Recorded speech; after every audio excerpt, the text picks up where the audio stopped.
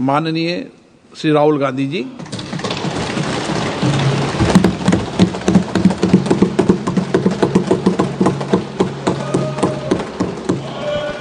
Thank you, Speaker Sir, for allowing me to speak on the President's address.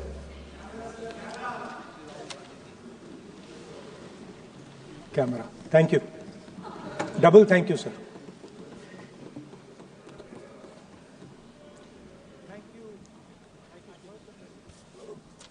I heard the President's address. I sat there with Kharge ji and I listened to it. And I must say, I struggled through the President's address to maintain my attention on what was being said. Because I had heard pretty much the same President's address the last time and the time before that and the time before that. And it was the same laundry list of things that the government has done. We have done this, we have done this, we have done this, 50 or 100 things that the government has done. And so while I was sitting there, I was thinking, okay, I am being critical about what is being said. And I am saying that this is not the type of President's address that should be delivered. Well, the question came to my mind, what type of address would an India Gathbandhan government deliver? How would that address be different than the address we heard? Because it's no point me saying that it is a laundry list and then not providing a alternative idea. And so today I would like to lay out some dimensions of what an alternative address would look like, what the India Gathbandhan would probably focus on, and where we would lay emphasis. The future of this country is going to be decided by the young men and women of this country, the youth of this country. So I think anything we say has to be addressed to them, has to be spoken to them. The first thing in front of us, and this is something I'm sure the Prime Minister would accept and pretty much everybody in this room will accept, is that even though we have grown fast, we are growing slightly slower now, but we are still growing.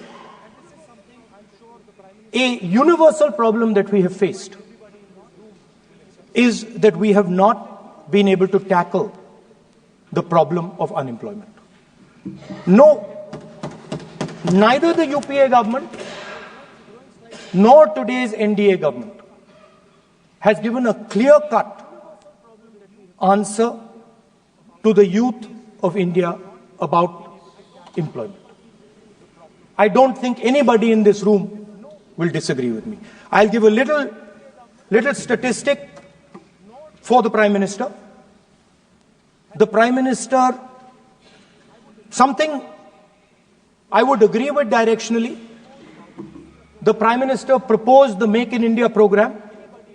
I think a good idea. We saw the statues, we saw the functions, we saw the so-called investment, and the result is right in front of me. Manufacturing fell from 15.3% of GDP in 2014 to 12.6% of GDP today. That is the lowest share of manufacturing in 60 years. I'm not even blaming the Prime Minister, because I think it would not be fair to say he didn't try.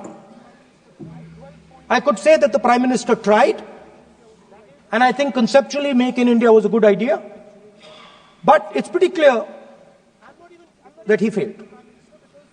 because manufacturing went from 15.3% of GDP to 12.6%. So the first question that any alternative vision would answer to the youngsters of our country is, okay, what and how are we going to solve this problem of employment? Any country basically organizes two things. You can organize consumption, and then you can organize production. Modern way of saying organizing consumption is services. Modern way of saying organizing production is manufacturing. But there is more to production than simply manufacturing. For example, agriculture also is about production. Now, pretty much every government since 1990 has done a decent job on consumption, on organizing consumption. Which are the companies that organize consumption? Uber organizes consumption. Reliance organizes consumption. Adani organizes consumption. But we have, as a country, failed in organizing production. We have excellent companies that try to organize production. They are the Mahindras of this world. They are the Bajajs of this world. Part of Tata's organizes production, but the record of the country on organizing production is dismal. And essentially what we have done is we have handed over the organization of production to the Chinese. So this mobile phone, even though we are saying we make this mobile phone in India, that is not a fact. This phone is not made in India. This phone is assembled in India. All the components of this phone are made in China. The network that has produced this phone is made in China, is owned by China. So every time we use a phone, every time we wear a Chinese shirt, a Bangladeshi shirt, every time we wear a pair of Chinese sneakers, we are paying a tax to China. Because some Chinese youngster is earning a salary to make or to produce that product. So the first message I would give in a presidential address would be that India has to focus completely on production. Because if we do not focus on production and we continue to focus only on consumption, we will find that we will run huge deficits, we will increase inequality, and eventually we will run into a serious problem. Social problem because of unemployment, which we are already facing. If you look at the numbers of the amount of people who are in jail, if you look at the numbers that are spent on internal security, if you look at the numbers spent on our police forces, they're all spiraling. They're all rising. And everybody understands that social tension is on the rise in India. So now the next question comes, okay, so where is this employment going to come from? What is India going to produce? And for that, I'd like to tell all the youngsters of this country that there is a revolution taking place, an exciting revolution. The world is transforming completely.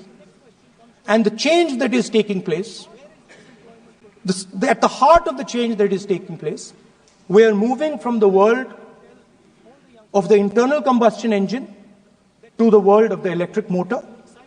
We are moving from petrol to batteries. We are moving wind, solar, potentially nuclear energy. So our entire way of moving is changing. And this is going to change every single thing. It is going to change warfare. It is going to change medical treatment. It is going to change education. It is going to change how we eat. It is going to change every single thing. Now, the last time there was a revolution, called the computer revolution, the government of India had a clear focus. We looked at that revolution. It was the Congress government. We looked at the revolution and we decided clearly that we are going to focus on the development of software. And we rode the wave of that revolution. And today you can see the result. I remember people laughing I remember people laughing when the computer was being talked about. You mentioned Mr. Vajpayee. I respect Mr. Vajpayee, but Mr. Vajpayee gave a speech saying that computers are of no consequence to India.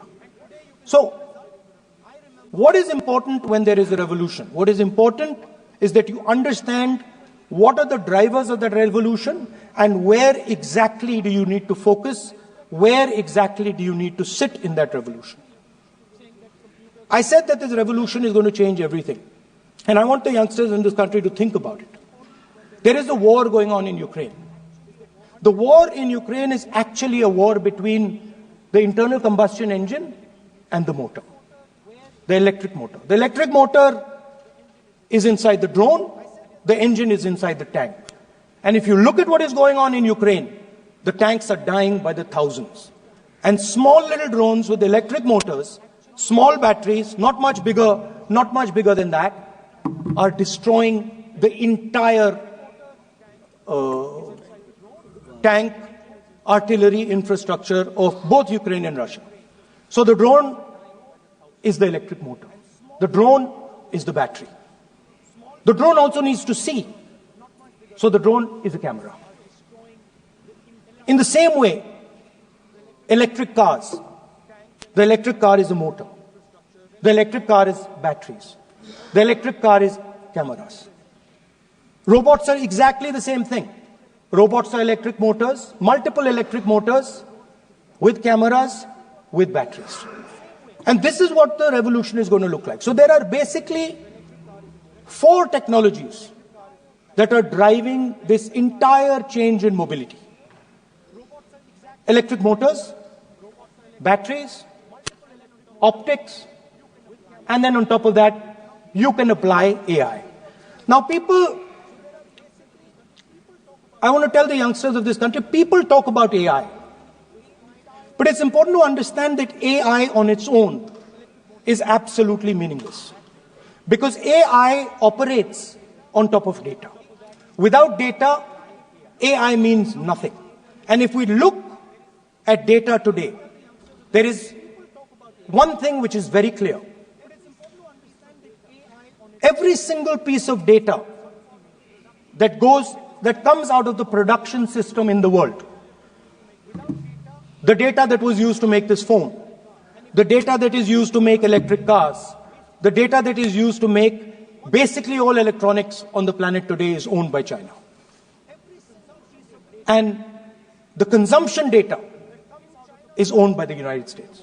In China, the consumption data is owned by China, but in India, companies like Google, companies like Facebook, companies like Instagram, X, they own our consumption data. So if India wants to talk about AI, it has to first answer the question, what data is going to power that AI?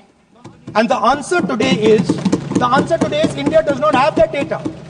Neither does India have production data, neither does India have consumption data. We have handed our consumption data to the big American companies, and the production data we don't have anyway. So what would that vision look like? The first thing, we would start getting youngsters excited about this revolution. We would start to introduce the idea of a completely new way of moving, a complete revolution in how things move. We would start teaching our children in schools about batteries, about electric motors, about how these things combine, about how drones, robots, electric cars are structured, how they will work together. And most important, we have to start building a production network so that we can get access to production data. Now, what would we focus on?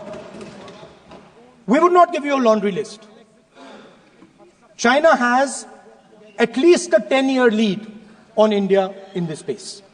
China has been working on batteries, robots, motors, optics for the last 10 years, and we are behind. So what would our president's address say to the youngsters? We will choose critical areas in each one of these technologies, and we will start to build capabilities in those areas. The second thing we would do, we would ensure that our banking system is not captured by 2 or 3 companies that basically do not allow you to build a production system.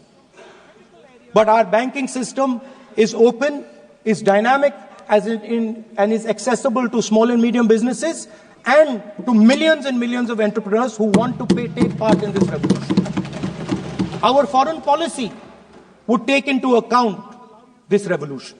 When we talk to the United States, we would not send our foreign minister to invite our prime minister to his coronation. We would not send him 3 or 4 times, please invite our prime minister. Because if we had a production system and if we were working on these technologies, the American president would come here and invite the prime minister. So it is important to understand where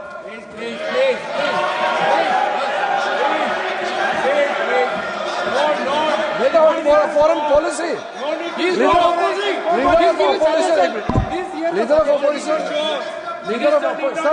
Leader of opposition cannot make such serious, unsubstantiated statement. This is related to the relation between 2 countries, and he is making an unverified statement about invitation of the Prime Minister of our country. Is matter of our dignity. How can you make such kind of statement? He is leader of opposition, sir. He should be responsible in making such statement. Sir. LOP is giving us very positive suggestions. Why they are worried, sir? For the country, he is giving. Leader of opposition has the information from any official source. He must inform the House. If leader of opposition has the information, please inform the House. Okay. Who has told you that foreign ministers have visited for the purpose which you have mentioned? You must specify it. So, I'm sorry that disturbed you, that question. I apologize for disturbing your peace of mind. It's okay. I've apologized. I've apologized for disturbing your peace of mind. I'm sorry. Apologize for lying to the House. ऐसा नहीं होता है. तो serious होना चाहिए leader of opposition को. कम से कम देश के मामले में तो एक हो. देश के मामले में तो एक वॉइस से बोलना चाहिए. ये गलत बात है. ये ठीक नहीं है. लीडर ऑफ अपोजिशन को इस तरह का बयानबाजी नहीं करना चाहिए. ये गंभीर विषय पर चर्चा चल रही है. So we would start by telling our young men and women that they have to be at the forefront of this revolution. We cannot afford that the Chinese are at the forefront of this revolution. Number 1. Number 2, we would ensure that the absolute best experts on these technologies would talk to our students, would talk to our youngsters and guide them on what a future, on what these future technologies are going to do. We would make them partners in this revolution. Now, we talk about defense. And today, we have the Chinese. And the Prime Minister has denied it. And the army has contradicted the Prime Minister. It's true. The Prime Minister has denied it. The Prime Minister has denied it. And the army has disagreed with the Prime Minister that China is sitting on 4,000 square kilometers of our land, of our territory.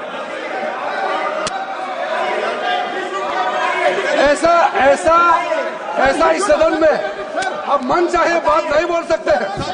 ये बिल्कुल ठीक नहीं है sir. ये serious मामला है. आप foreign policy पे, बॉर्डर इश्यू पर आप अपना कैसे मजाक बात कर सकते हैं? अपना मन कहानी आप बना के बोल रहे हैं. ये तो बहुत सीरियस मामला है. विदेशी प्रतिपक्ष के नेता जो आप विषय बोल रहे हैं, जो विषय आप बोल रहे हैं, उसके तथ्यों को Let me speak. सदन के पटल पे रखना. आप पानी.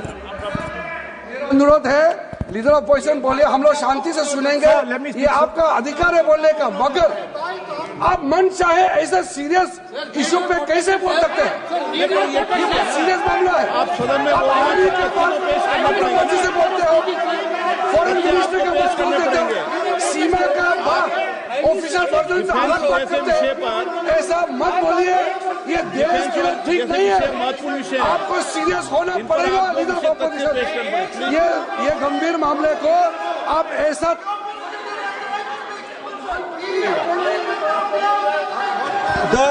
The Prime Minister has denied that Chinese forces are inside our territory, but for some reason our army keeps talking to the Chinese about their entry into our territory, and our Chief of Army Staff has said that the Chinese are inside our territory. This is a fact. This is not invention, this is a fact. Now, but the reason China is inside our territory is important. Because people think that wars are fought between armies and their weapons. But the fact of the matter is that wars are fought by industrial systems. The fact of the matter is that China has an industrial system that is far stronger, far bigger than our industrial system. And that is why they have the guts to come inside this country. The reason China is sitting inside this country is because Make in India has failed. The reason China is sitting inside this country is because India is refusing to produce. And I am worried that India is going to give up this revolution to the Chinese once again. The reason I made this reference is because everything is connected. If and when we fight a war with China, we will be fighting with Chinese electric motors, Chinese batteries, Chinese optics, and we will be buying Chinese motors, Chinese optics, Chinese batteries. It is a non-sustainable proposition. That is why for our security, for the future of our children, for the future of our country, we have to build a production system, and we cannot allow this revolution to go by. Now, the next step, we have a strategic partner called the United States. The partnership should focus on how India and the United States can work together to take advantage of this revolution. That is what the conversation should be on. Please understand that India is as important as the United States for the simple reason that they cannot build an industrial system without us. They cannot build a production system without us. No matter what they say, the Americans simply cannot do what India can do because their cost structure is much, much, much more expensive than ours. We can build things that the Americans would never imagine. India can do that. So that would be the first part of a president's address. We would talk to the youngsters in India and say to them, we want you to be partners in this revolution. We want to change the Indian banking system so you can have access to it. And we believe in you, we trust in you, and we believe you can take on the Chinese. That's the first part. The second part would be about participation. We have done a caste census in Telangana. And what we have found is shocking. Almost 90% of Telangana is either Dalit, Adivasi, backward, or minority. Almost 90% India Gathbandhan leader would give you. The final, of course, we go back to the Constitution. This, our favorite, just like the production system is a weapon, just like Jati Jangarna is a weapon of transformation, this is what the entire architecture is built on. I remember before the elections, all of you were saying 400 par, and you were saying you would change this. And then I was glad to see that the Prime Minister walked in and then was forced to bow his head in front of the Constitution. It was a moment of pride for all Congress people that we had explained to the Prime Minister and to the whole country that no force will dare touch this. I know that the RSS has never accepted this. Mohan Bhagwatji has said that India didn't get independence in 1947. He has said that this constitution is meaningless. I know that that is at your heart. We will never let your dream come true. This constitution is going to rule India always. Now, एक minute आप प्रतिपक्ष के नेता हैं। मेरा आपसे आग्रह है कि जो विषय आप रखें वह तथ्यों पर आधार पर रखें, उचित होगा। मैंने आपको पहले भी कहा, और जो सदन के सदस्य नहीं हैं उनकी चर्चा न करें। बताता हूं सर, मोहन भागवत आप नियम प्रक्रियाओं की पालन करें, आपसे अपेक्षा। सर, मोहन भागवत जी ने स्टेटमेंट दिया। मोहन भागवत का statement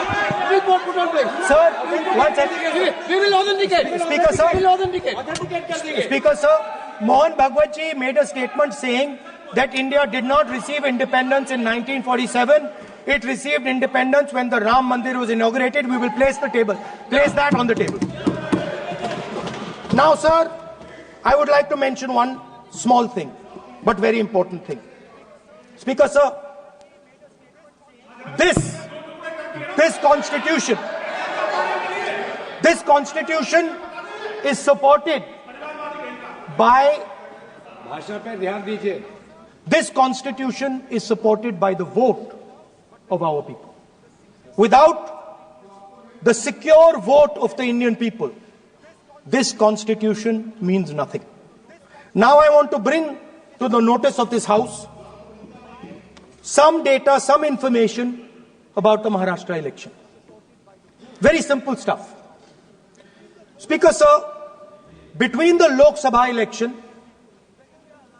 which the India Alliance won, and the Vidhan Sabha election, the voting population of Himachal Pradesh was added to the voting roll of Maharashtra. Meaning the entire population of Himachal Pradesh was added to the voter rolls of Maharashtra. Please understand what I am saying.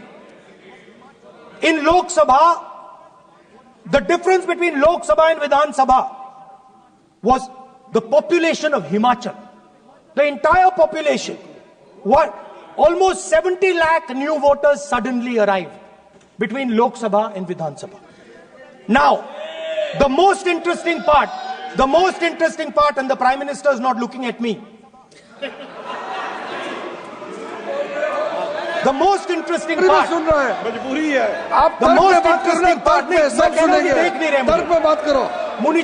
suddenly. The most interesting part is,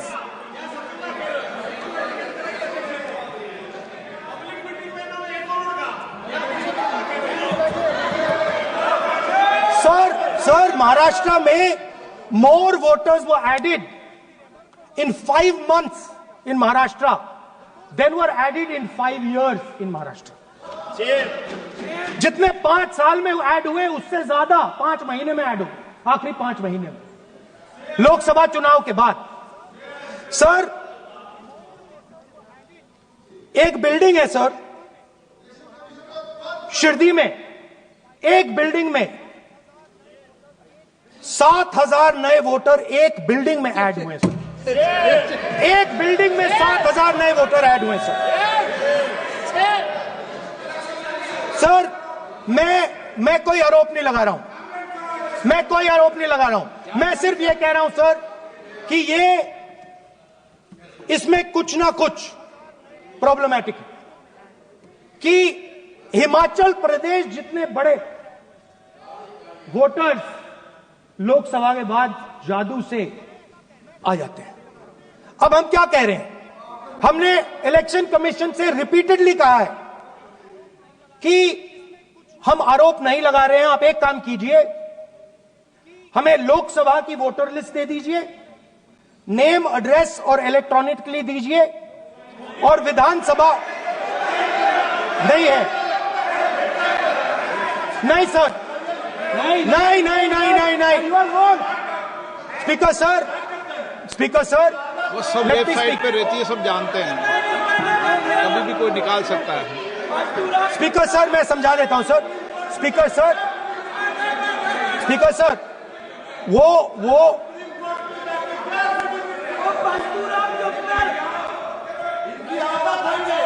speaker sir, we have asked, speaker sir,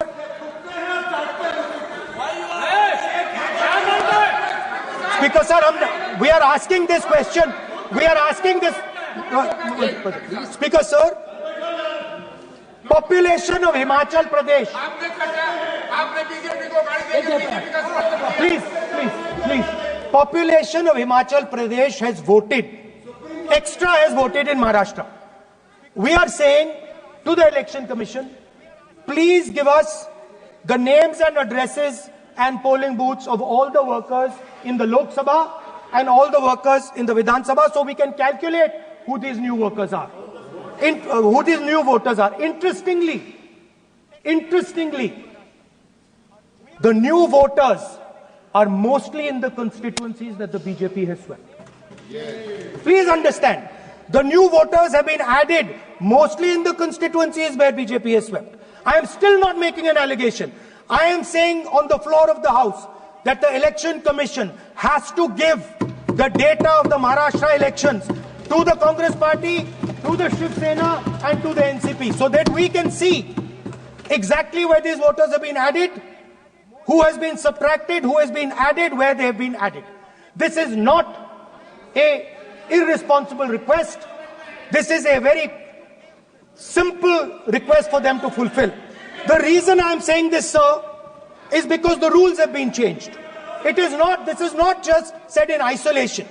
Speaker, sir, the election commissioner used to be chosen by the Prime Minister, Leader of Opposition, and the Chief Justice. Sir, the Chief Justice was removed from that committee. Why? Why? This is the question, sir. This is the question to the Prime Minister. Why was the Chief Justice removed from the committee? Now, in a few days, I am going to go to the meeting.